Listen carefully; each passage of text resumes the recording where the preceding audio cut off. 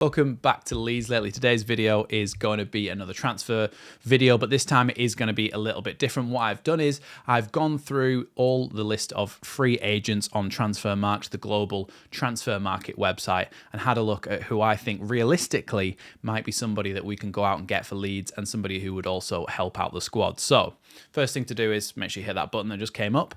The second thing is, let's talk about the players. So the first one is someone we've been linked with before. It's Kai Wagner. Okay, this is me just editing it at the moment. I've just started editing it, and I went to get a picture of Kai Wagner for the thumbnail, and apparently he signed a new deal. His market value is still around 5 million euros, though, so it is a deal where Leeds could go and pick him up. So I will leave all of this in the video, but just be aware that from now on, he actually has signed a new deal with Philadelphia Union, and also Rangers were after him as a free agent. So it remains to be seen what happens with him now, but I still think it would be a good deal and something that Leeds could afford. Whether he go to the Championship or not, I'm not sure, but enjoy the rest of the video.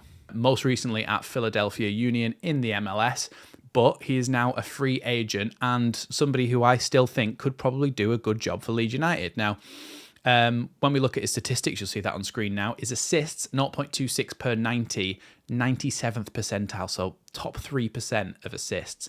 Shot creating actions as well. For a fullback, for a left back, 3.76 per 90 puts him in the top 2% of fullbacks compared to him over the last 365 days. So he's assisting a lot of goals, and he's doing that because he's creating a lot of chances. And for me, that's something that we could really do with from fullback. I know Sam Byram has got himself involved in some chances, but he hasn't necessarily been a top assister or chance creator. He's been involved in the build-up play, but somebody like Kai Wagner could take you to that next level in terms of getting goals and assists from the fullback position. The next one is passes attempted, 61.83 per 90 for a fullback is in the 85th percentile, so top 15%. So he's attempting a lot of passes.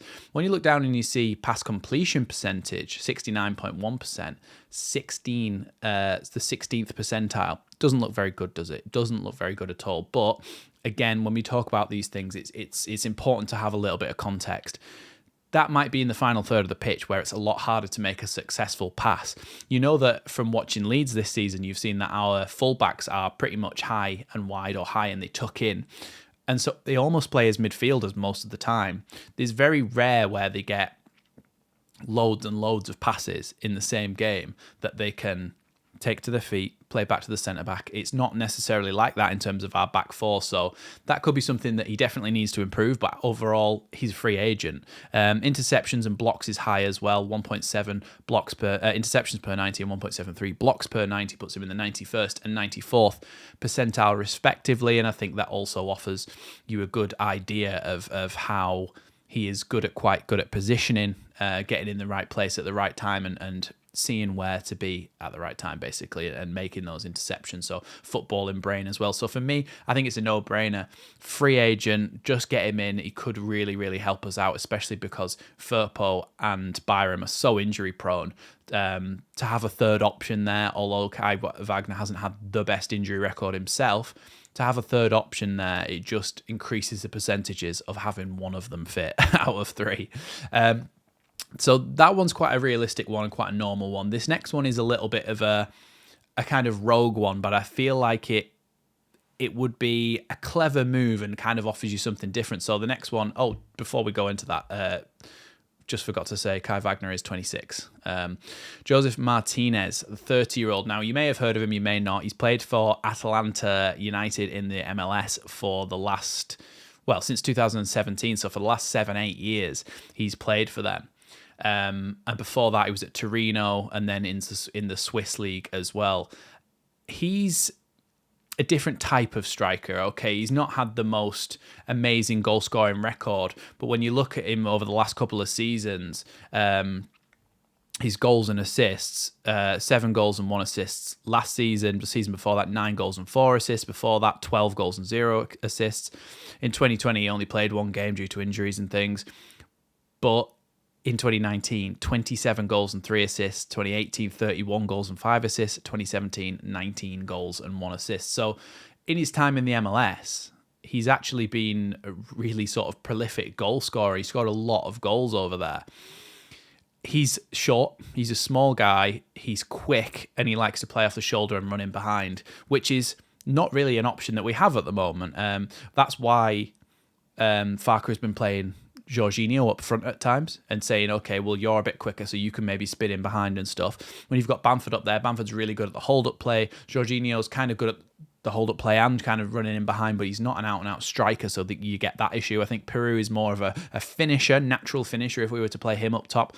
But I think what Joseph Martinez is, he adds a different option. So when you're playing a game where it's a little bit stretched and a little bit open, if you were to bring him on, he's the one who plays off the shoulder. He's the one who has the pace to run in behind and score those goals that you perhaps wouldn't get with our current squad. So he maybe opens up a different option. And I think certainly for free on a 1-year deal or something like that, it could be a good shout, because you never know. We could sort of revitalise his career, as obviously he's left into Miami and gone out as a free agent. So you never know, really. We could try to get Joseph Martinez in there and see what he does.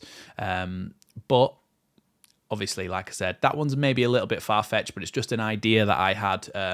But certainly, without maybe getting that exact striker, that idea is right, I feel. The idea that you have somebody who can offer you something different, somebody who's fast, running behind, a different type of striker, because then it offers you different options. When you're playing against teams that you can't win against, you have something else to throw at them.